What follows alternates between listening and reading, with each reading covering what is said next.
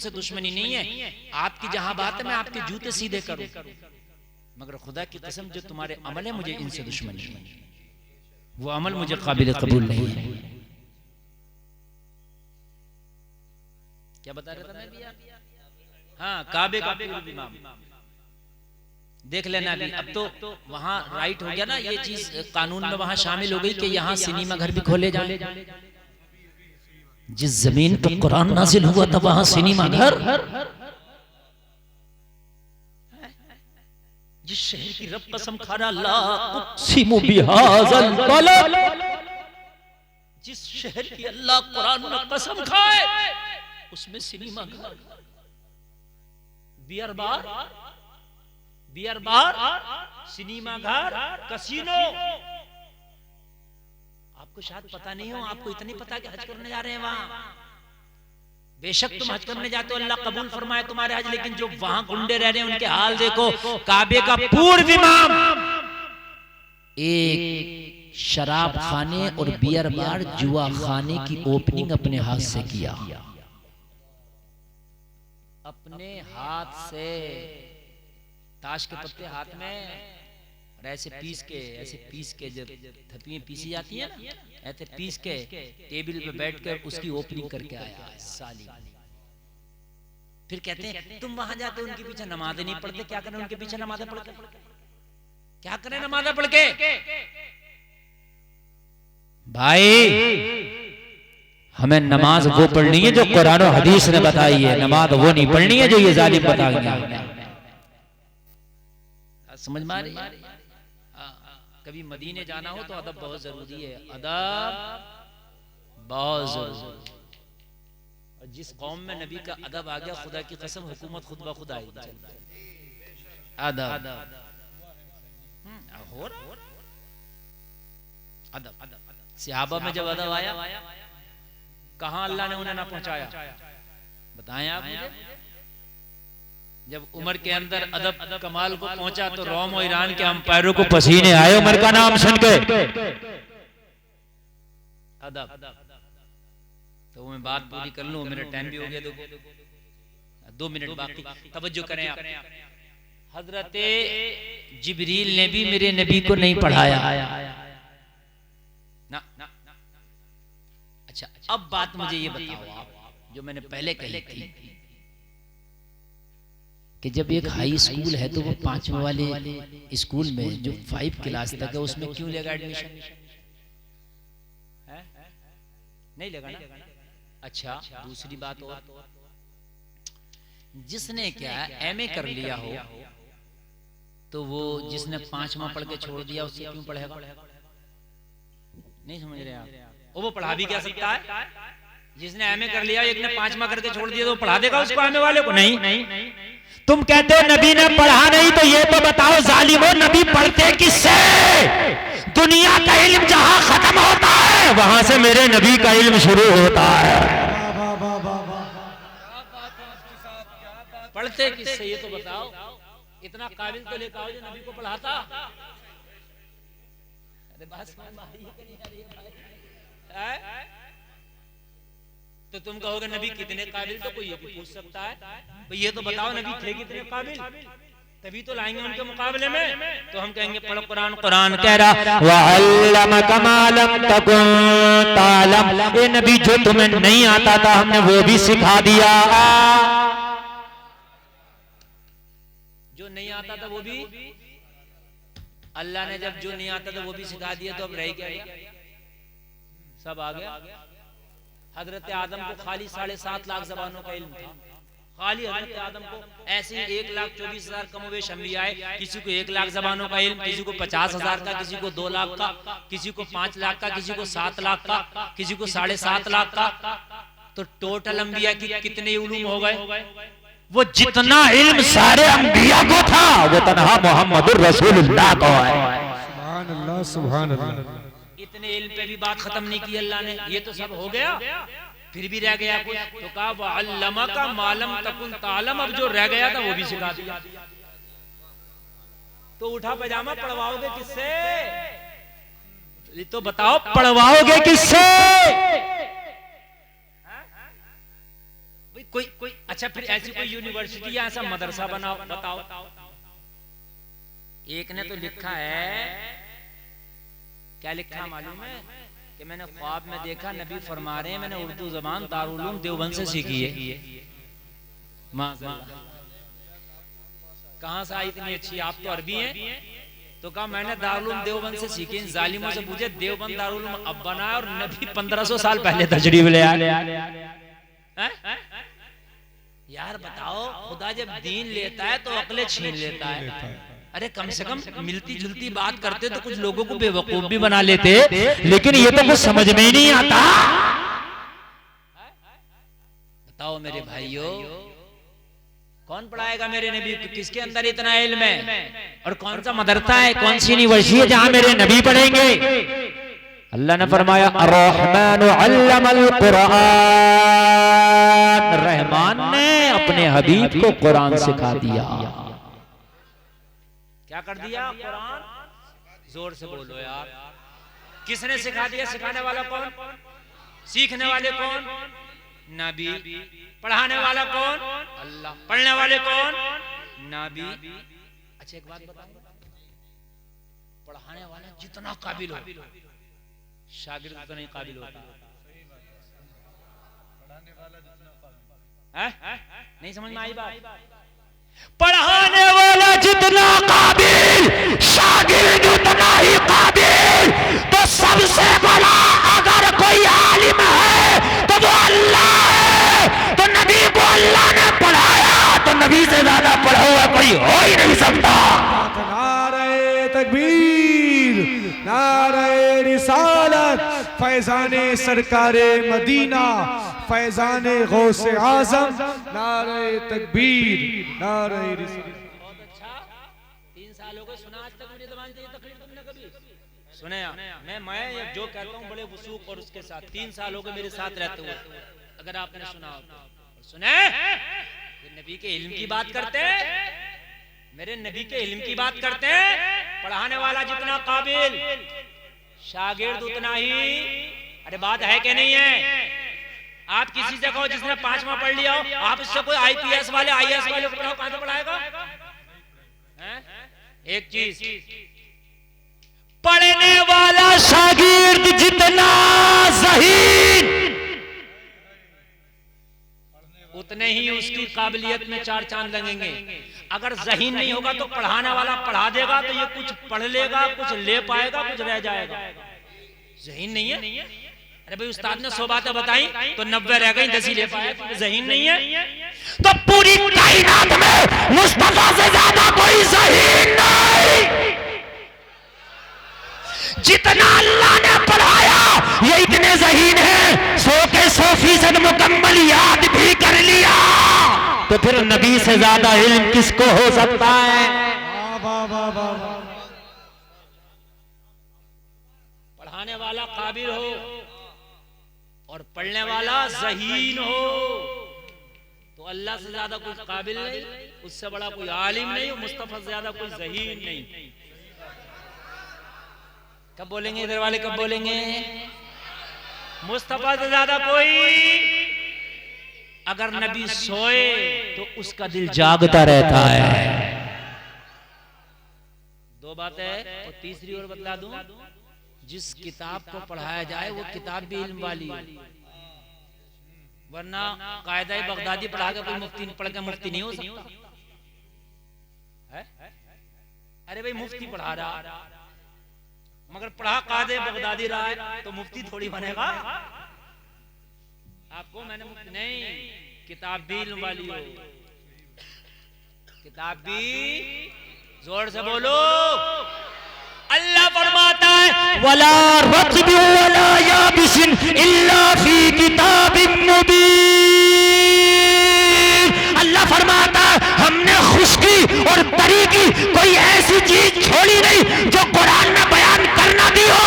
तो सबसे ज्यादा इल्म वाली किताब कुरान, और कुरान को पढ़ाया खुदा ने, पढ़ा मुस्तफा ने। जिस किताब को पढ़ाया गया वो किताब है कुरान, तो नबी से ज्यादा इल्म किसे हो सकता है? क्या बात है? पढ़ाने वाला अर्रहमानु अल्लमल कुरान रब ने रहमान ने अपने हबीब को कुरान सिखा दिया। सिखाने वाला खुदा, सीखने वाले मुस्तफा। और जिस किताब को सिखाया गया वो क्या है? करीम। तो ना कुरान जैसी इल्म वाली कोई किताब और न कोई अल्लाह जैसा आलिम है। ओरिजिनल आलिम तो वही है, सब तो उसकी अता से है। आलिमुल गैब व शहादा वही, और मुस्तफा से बड़ा कोई ज़हीन नहीं। आप कहोगे कैसे? तो 7.5 लाख ज़बानें, किसी को 5 लाख ज़बानें, ये सब की सब ज़बानें लेके बैठे हैं और कोई एक ज़बान भी नबी ने ये नहीं फरमाया कि मैं वो भूल गया। नहीं, एक जगह भी मेरे नबी ने फरमाया हो कि हाँ वो क्या बात थी मैं भूल गया। हम कहते हैं भूल गए। तो वो कह रहा वो तारीख मशहूद पता क्या कह रहा वो नबी ने कभी लिखा नहीं, वो बेवकूफ, लिखता वो है जो भूल है।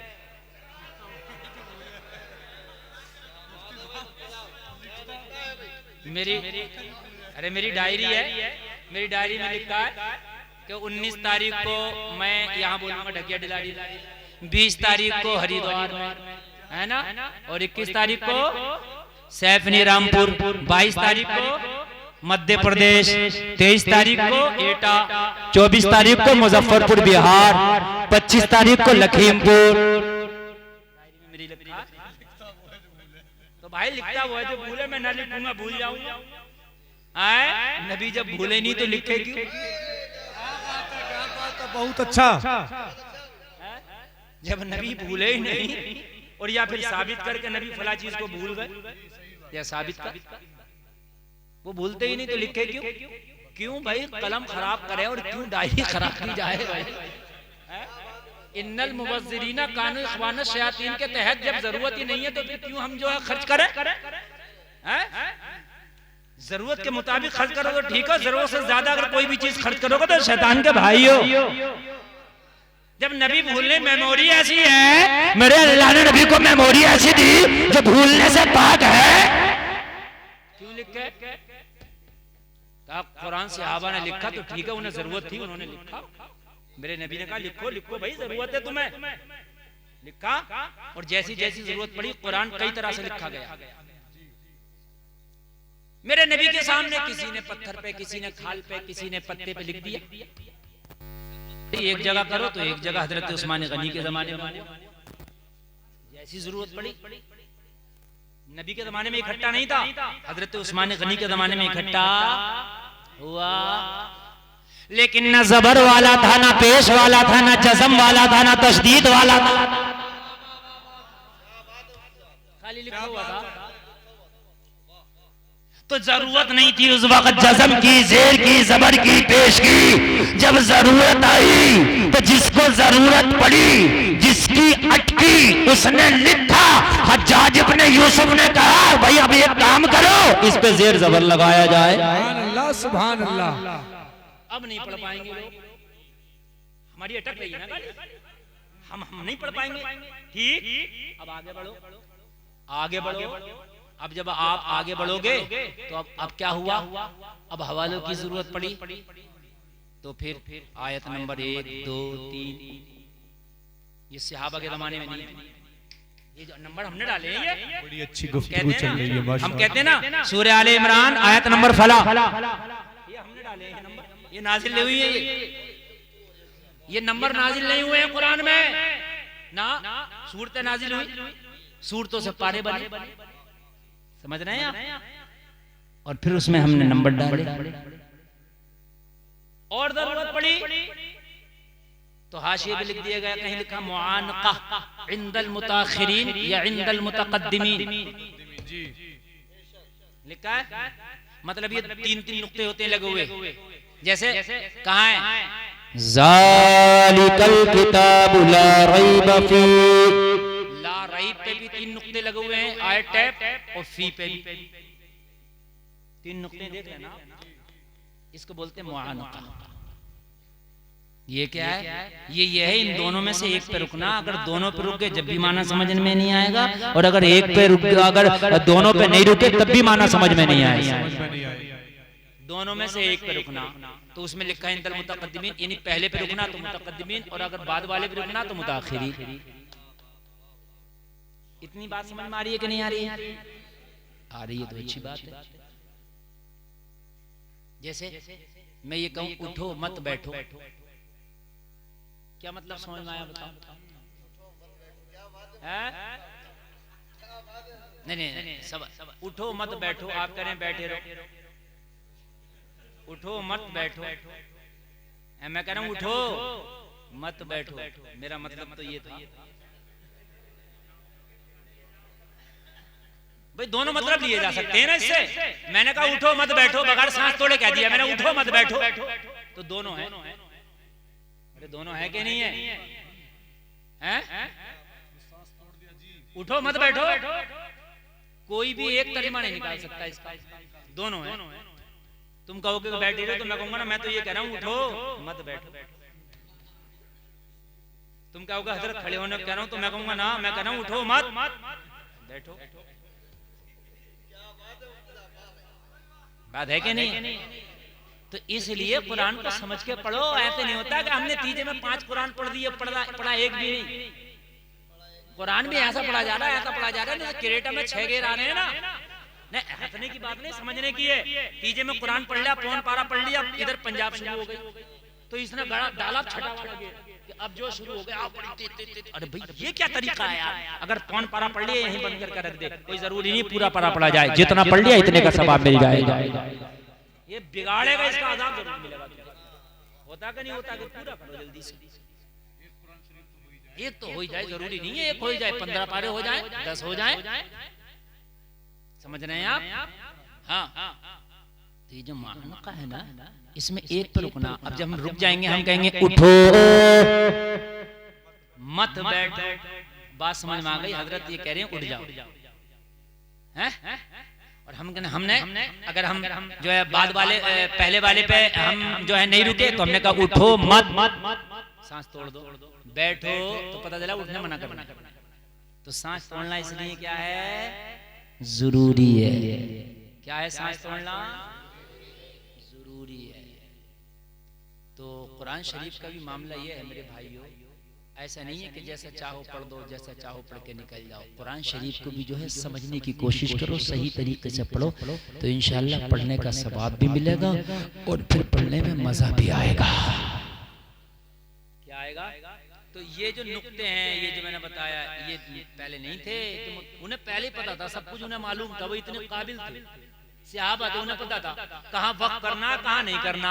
लेकिन अब जो नाज़िर आदमी है उसे क्या पता बेचारे को कहाँ ठहरना कहीं ठहरना। तो अब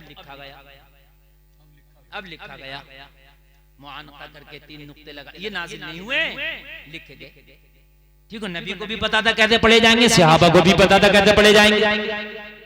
कितनी चेंजिंग आती नहीं लिखाई, बोलो आती नहीं कि नहीं आती नहीं? कुरान वही रहा, कुरान का लफ्ज नहीं बदला, नुक्ता नहीं बदला, समझने के लिए क्या करते रहे? समझने के लिए, जरूरत के मुताबिक। अब एक चीज और आ रही है कुरान में, आप देखना कहीं पीला रंग है, कहीं लाल रंग है, कहीं हरा रंग है।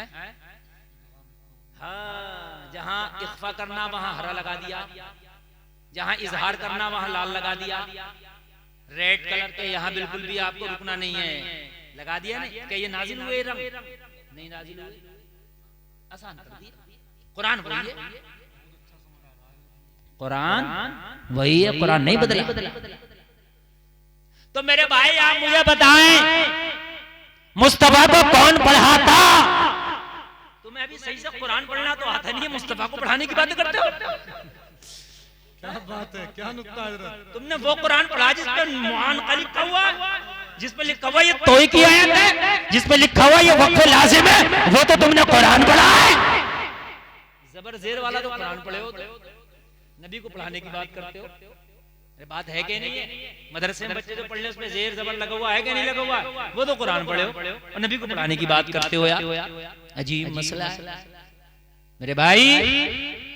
मेरे नबी से ज्यादा इल्म नहीं हो सकता, इसलिए कि पढ़ाने वाला खुदा भी लाजवाब, पढ़ने वाले मुस्तफा भी लाजवाब, जिस किताब को पढ़ाया गया वो किताब भी लाजवाब। तभी तो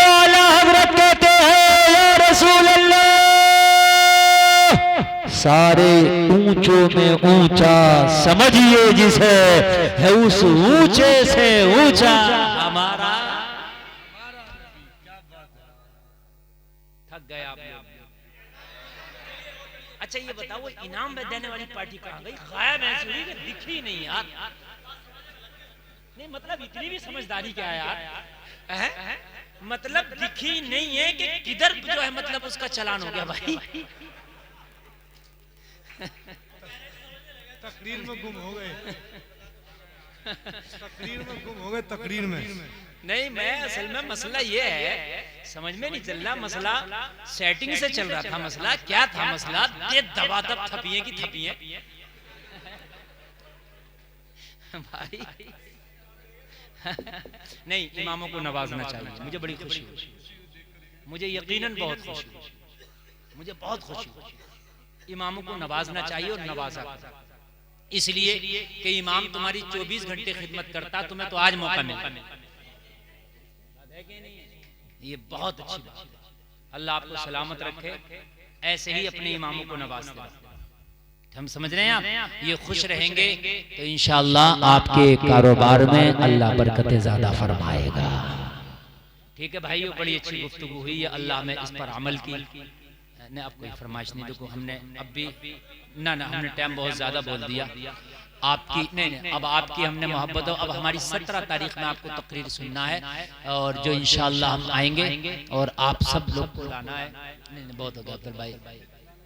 अरे नहीं, 1 घंटे से ऊपर तकरीर निकल गई। हाँ अंदाजा है। अरे वो लड़की वाले को 1 घंटा अलग से चाहिए, ऐसे नहीं।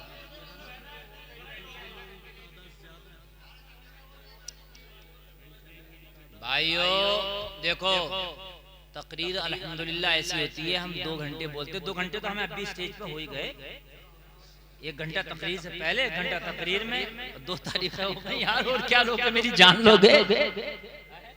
2 तारीखें हो गई, 2 घंटे हो गए। माशाअल्लाह इतना अच्छा खिताब हो गया और इतनी जहनी तकरीर हो गई। यकीन मानना मैंने बहुत जहनी तकरीर की है, बहुत जहन से तकरीर मैंने की है, बहुत जहनी तकरीर की है, समझ रहे हैं? मैंने जितना भी मैं बोला,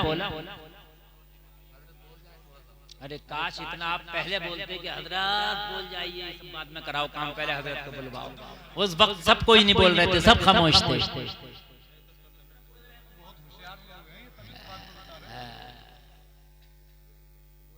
देखिए मेरी जो तकरीर थी वो आशिकों के हवाले से, और नबी का इश्क मेरी बहनों को भी जरूरी है, मेरे भाइयों को भी जरूरी है। अगर नबी का इश्क हमारे घरों में आ गया तो खुदा की कसम हमारी बच्चियां इर्तिदाद का शिकार नहीं होंगी। समझ रहे हैं आप? जो इर्तिदाद का शिकार बच्चियां हो रही हैं, नहीं होंगी। अगर आप शादी करने चलो, रिश्ता करने चलो, तो अगर आपकी बच्ची के लिए कोई बेहतरीन बाअमल आलिम दीन मिल जाए तो खुदा की कसम उससे अच्छा रिश्ता ही नहीं हो सकता। सही बता रहा हूँ। और अगर अपनी बेटे का रिश्ता करने जाओ, कोई पर्दे वाली बाहया बच्ची मिल जाए नमाजी, तो उससे बेहतर रिश्ता ही नहीं। उसके सामने कार भी बेकार है। सही बता रहा हूँ।